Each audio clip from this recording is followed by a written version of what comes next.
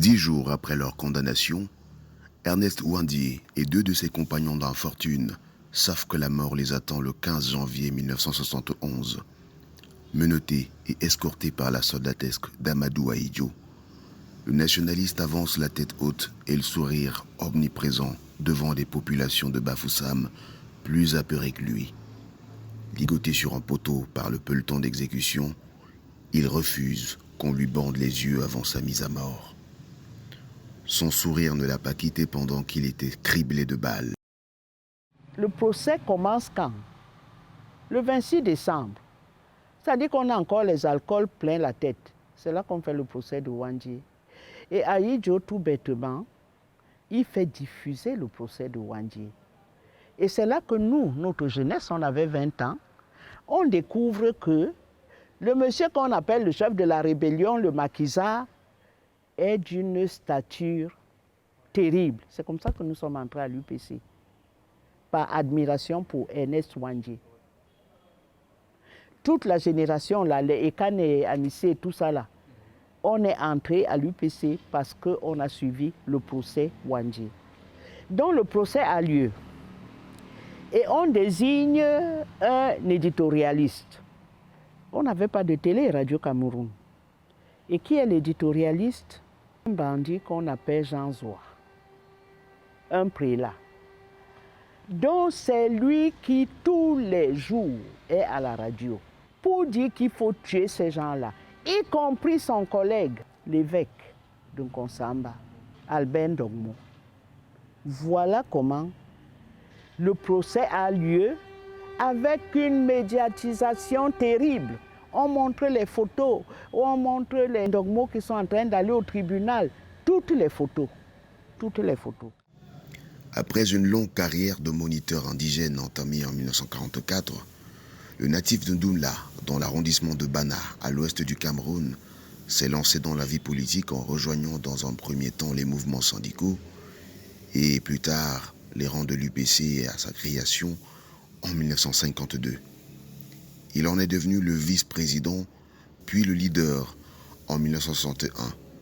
Avec courage, il a conduit plusieurs manifestations largement suivies dans la ville de Douala et dans plusieurs autres bastions du parti nationaliste. Elle reflétait l'aura d'un visionnaire qui savait haranguer les foules et polariser l'attention même des jeunes générations. Il y a un monsieur qui est Focard, qui était l'homme de la France-Afrique. Focard était à Yaoundé. Pourquoi? Parce qu'il y avait des pressions pour qu'on n'assassine pas ces gens-là.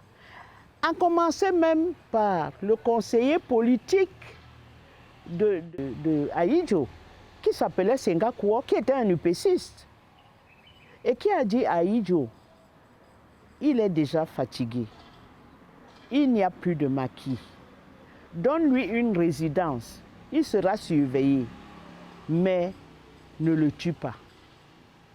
Les étudiants ont fait pression, il y a même des professeurs d'université qui ont demandé qu'on ne tue pas les gens. Mais Focard n'était pas loin. Focard est venu dire à Ahidjo, il faut tuer Ouandié. Et j'attends, il était au Gabon. Si Ahidjo ne tuait pas Ouandié, on ne sait pas s'il allait rester à son poste.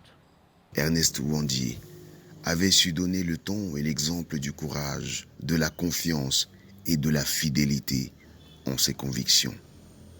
Vous savez, l'assassinat d'un chef politique n'a jamais résolu une crise politique.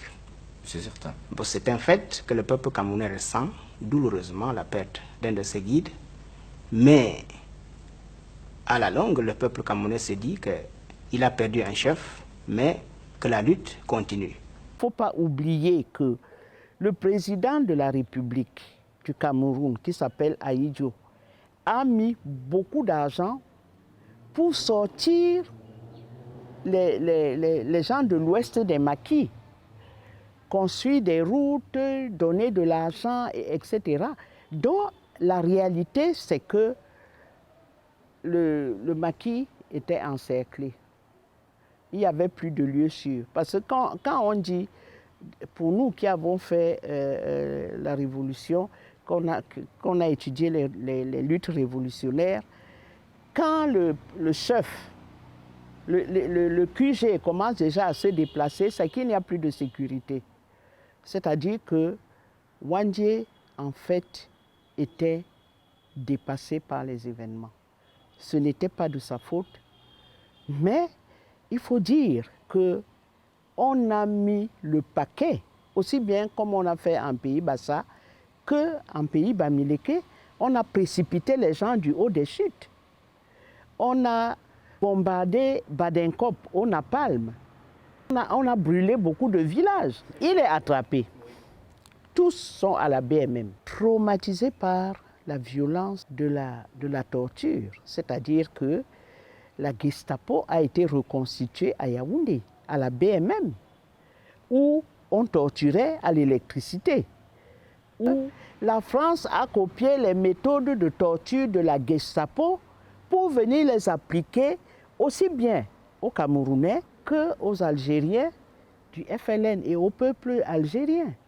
C'est pour ça que les peuples algériens et camerounais sont des peuples frères dans la torture, dans la lutte pour leur indépendance, parce qu'ils ont pris les armes. Personne d'autre dans l'empire colonial français d'Afrique, personne d'autre n'a pris les armes, sauf l'Algérie et nous. Voilà. Il y avait 3 procès. Il y avait un procès en Union soviétique, il y avait un procès en Espagne à la même époque. Et il y a le procès de Yaoundé, qui fait la une des journaux. Un prélat, parce que le truc c'était le prélat condamné à mort. Donc pendant le congrès, on décide donc de faire des cartes postales dans lesquelles on adresse à Pompidou, le président français, pour demander de surseoir à l'exécution des condamnés à mort. Évidemment, le Vatican aussi, il dit, mais vous n'allez pas condamner un évêque à mort. Pompidou insiste pour que les UPCistes soient tués.